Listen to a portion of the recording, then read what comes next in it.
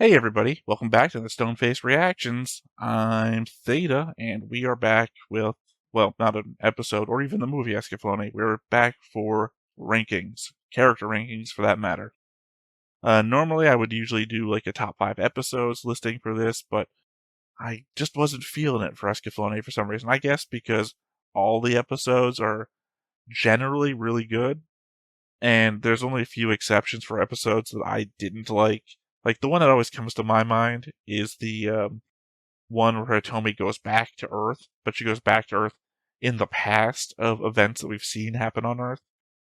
Like, I'll put this out there right now.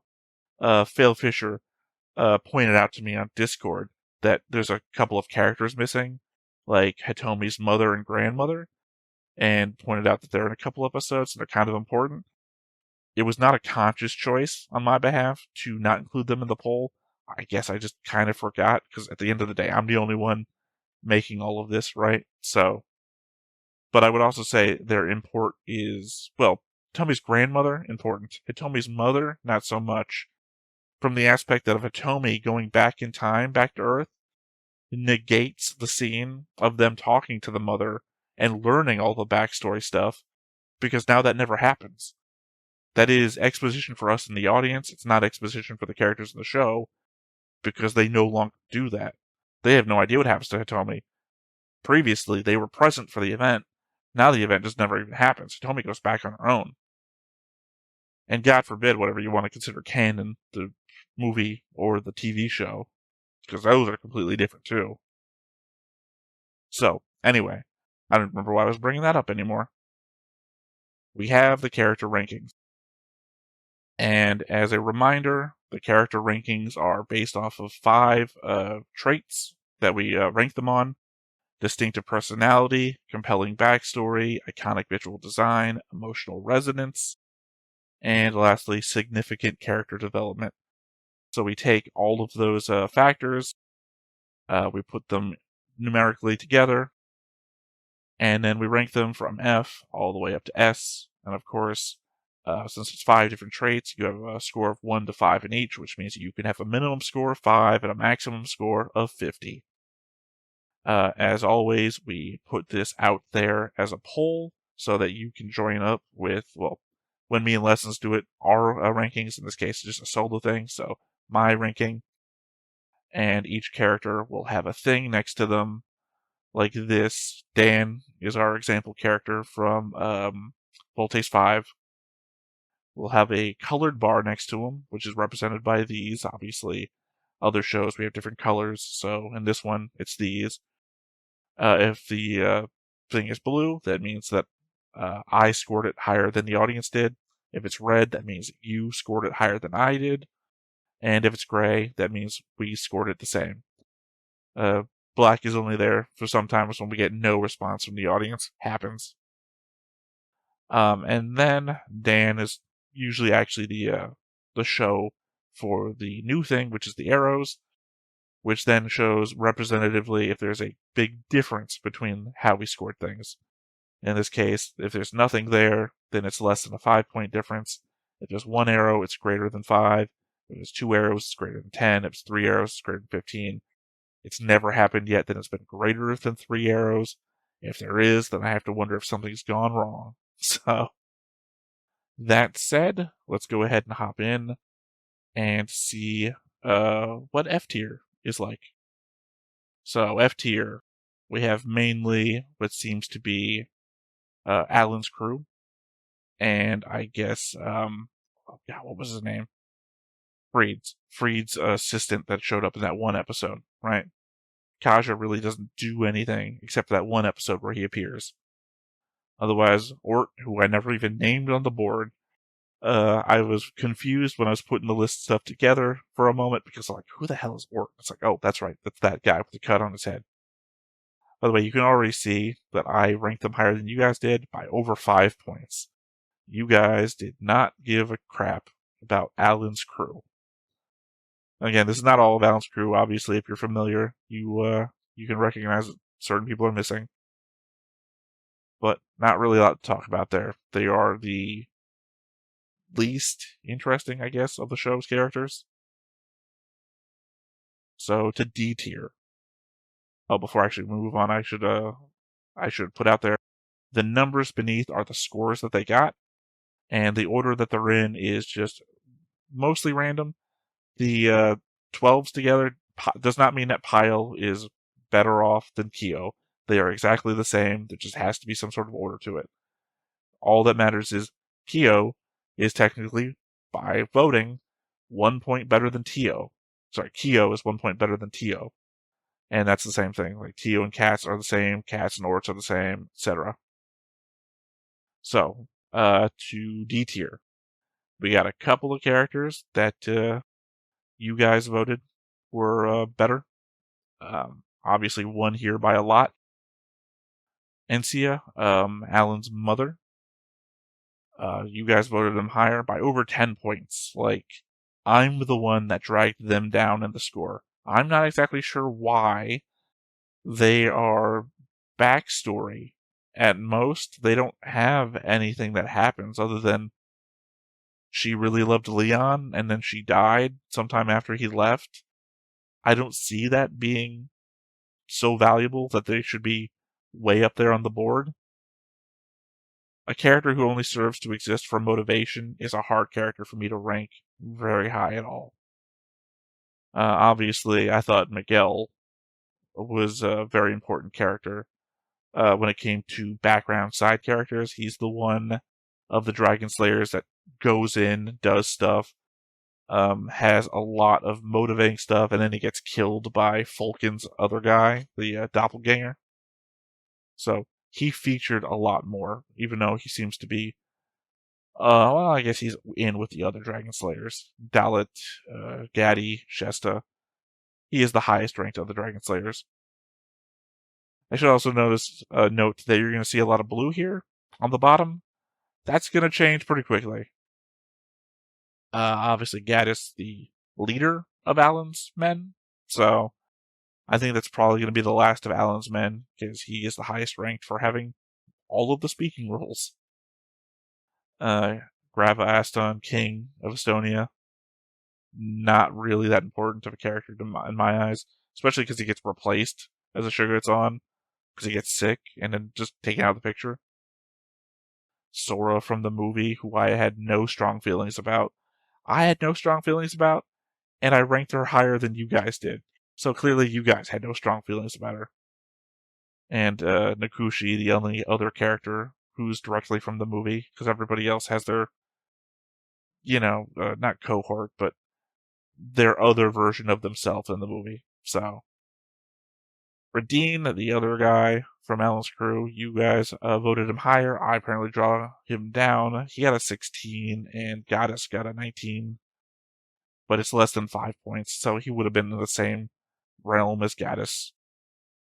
Room, who I think showed up at the beginning of the show, but definitely showed up near the end of the show as well, has his one role and that's it. Vorus, who gets duped by the doppelganger, not duped, I shouldn't use that word. He gets duped and is made a fool of. Hey, look into my eyes, and he stands there for minutes on end. And then Fasa, who has less to do than the King of Astoria does. Milden Fasa is only important because of who his son is. Alright, that said, let's go into C tier, where we have Yukari, Hitomi's friend. Again, the element that she gets essentially, all the things of, oh, I wonder where Hitomi is, and let's go talk to her mother, and we all understand what's going on, gets wiped away when Hitomi goes back in time and back to Earth. So, but you guys voted her higher than I did, so take that for what you will.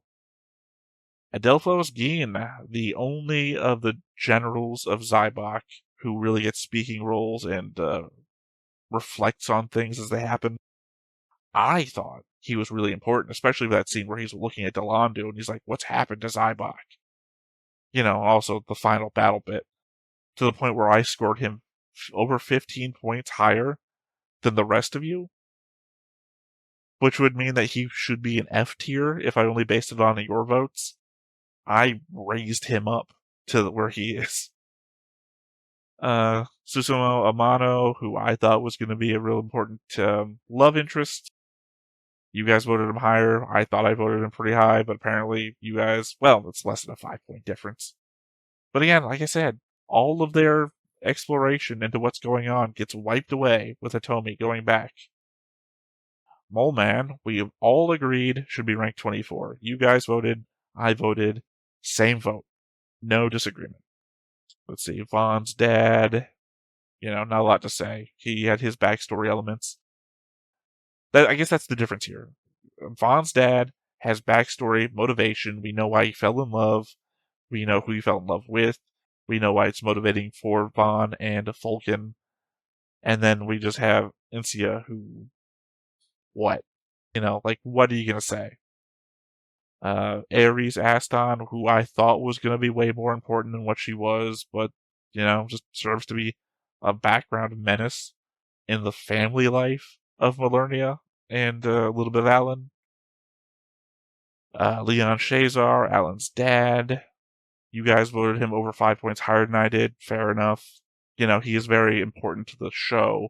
It just didn't feel very much for him in the aspects that we rank him in, right? Marlene, Sheed's mother. I think she only gets this high on backstory ranking. Because she only exists in backstory for one thing, but it is a very interesting backstory. Amongst everyone's backstories, I think hers is probably the best. And how many characters it touches, how emotional it is. I think that's essentially the only reason she gets as high. Again, though, the difference between these two background characters who motivate other people. And then, Vaughn and Falcon's mother, who, not for nothing, doesn't do that much despite being in a very important role. Like, I would say that Leon does more for Alan's motivation than Veri does for the mysterious things that she says to Hitomi sometimes. And B tier, which, if memory serves, is the largest tier that we have. Memory served me wrong. Apparently that was D tier. It's not that big. Bulgus, he inspired Alan. He inspired Vaughn. I think Falcon trained with him too. He was very important to their dad, Gao. He dies in the first episode, though. I guess this is as far as you can get being a backstory important character who dies in the first episode. Again, I think Zongi, you guys brought him up. I was more of a Miguel guy, and this is the guy that killed Miguel. The guy that Falcon sends in on the infiltration mission that Miguel tries to help with, and then Zongi's like, I can't let you spill my secrets, and kills him. But, this guy got what he deserved too, so. Jujuka, another surprising lift up to this high. What tier are we on? B tier. Considering that Jujuka only appears near the end of the show, I think they might be pulling a bit on appearance, considering that they are one of the only Beastmen that looks like them like that. But also, the motivation between the connection that they have with Delandu and Delandu's past as well. I forgot. Mahid Darfried, I was going to say his title, but I couldn't remember it off the top of my head. Sheed's dad, Sheed, just right over here, who you guys really loved way more than I did, by the way. We'll get to that. Freed, he's a man of principle, understands that his wife cheated on him, essentially. Or actually, no, I think, God, did she cheat or did she have him before? I think she entered the relationship already pregnant, and that's kind of where that comes from. But, hey, he claimed the kid as his own. He didn't care that she had it with another man. That's his son, and by God, he's going to raise him as his son. It's just how stupid he was right before he died. The only reason that Zybok made as much progress as they did is because he decided that that's the way God wanted it, right? So, not a big fan. You might notice that things were going a bit more red at the top. That's what I was talking about from before. Valerna, she is essentially one of our main characters. I think at this point she is one of our lowest ranked main characters. But that's also because she turns into a love story right at the end. Here's the thing. There's 1 point difference between her and Dryden. And I'm thinking if I could change things, I would reverse it. But then again, it's not entirely based on my call. It's y'all's votes too. The element that Dryden just walks away from everything at the end, and then at the final episode, there's a little flash of them together. I think it was them together. Can't quite remember. I don't know. I really enjoyed their characters, but the fact is that Malerna is way more important. Oh, again, this isn't the rank of importance. Malerna, I think, is a better character than Dryden. Dryden is a very cool character who does jack all. Like, he sacrifices money to get the thing fixed one time. And then otherwise, just, coasts on his cool factor. And that's it. It's like, anyway, let's address the Cheed thing. I found Cheed to be a one-note character. Maybe he appears a couple of times to get inspired by Hitomi and whatnot, but then he bows the knee the same way as his dad sacrificed his life. And most interesting in him is the element of who's his dad, and then we know that almost immediately. But again, you guys voted him higher than I did by over 15 points. I guess if it had my way, he'd be a rank or two lower than what he is. And then right here at the end, we have the two coolest cats of all of them. Well, actually, technically not, because there's obviously one other cat you haven't seen yet. So apparently there's one cat cooler. But otherwise, same rank. Again, I thought I scored them pretty well, but you guys scored them higher than I did, but only by less than 5 points. So essentially, I stopped them from being A-tier characters. But, that's fine. It is what it is. Let's see. A rank. Obviously, Fulton's name was popping out the side there, so spoilers ahoy. Emperor Dornkirk, pulling up the rear of A rank. To be fair, Dornkirk, bit of a disappointment, considering that he just up and dies at the end like he pulls an Emperor strike me down thing, but it goes nowhere. Also, his backstory of I will discover the gravity of destiny. I don't know. It just doesn't really work that much for me. We have Merle, apparently, as I just indicated, coolest cat of them all. I really liked her backstory. She had a lot of character. Obviously, she dresses pretty uniquely amongst characters in the show, because other beast people wear full-on clothing, and she just chooses not to. Hitomi, here's the problem. You can see 3 characters in a row here, all ranked 10 points or higher by you guys, and all main characters, which apparently I just did not find as interesting. The thing is, you can be a main character and still sometimes not get ranked that high. I think when we did this for Macross, Basara was somewhere around B and C tier, where he's one of the most loved characters. Maybe it's the categories, right? I am not ranking them based on love of the character. Vaughn, or Alan, maybe Alan. Alan goes through a lot. If I was just saying, what's Alan, 1 through 10, I'd say, oh, he's a 8 or a 9. He's a good character. But when you give me specifics, Alan's backstory, you're say a 7, maybe? Alan's appearance. Well, Alan looks a lot like all the other Astorian people. So, 6? Very specific rankings make very specific results. Not for nothing, out of 50 points, he's a 42. He is an A-rank character. It just looks weird to me when I see that you guys ranked him 10 points ahead of me. But yeah, I think it's fitting, the score, because literally, what is it? Look here, 43, 42, 41, 40, 39, 38. It's a very much a spread. And also somehow missing the top number 44 and missing the best number 37. And personally, you can see the fact that Fulkin only has a 5-point difference between you and what I ranked means that I agreed more with you guys on Fulkin. Somehow I thought Fulkin was going to be the highest score that I had out there, but apparently I was holding him back from possibly even being A tier.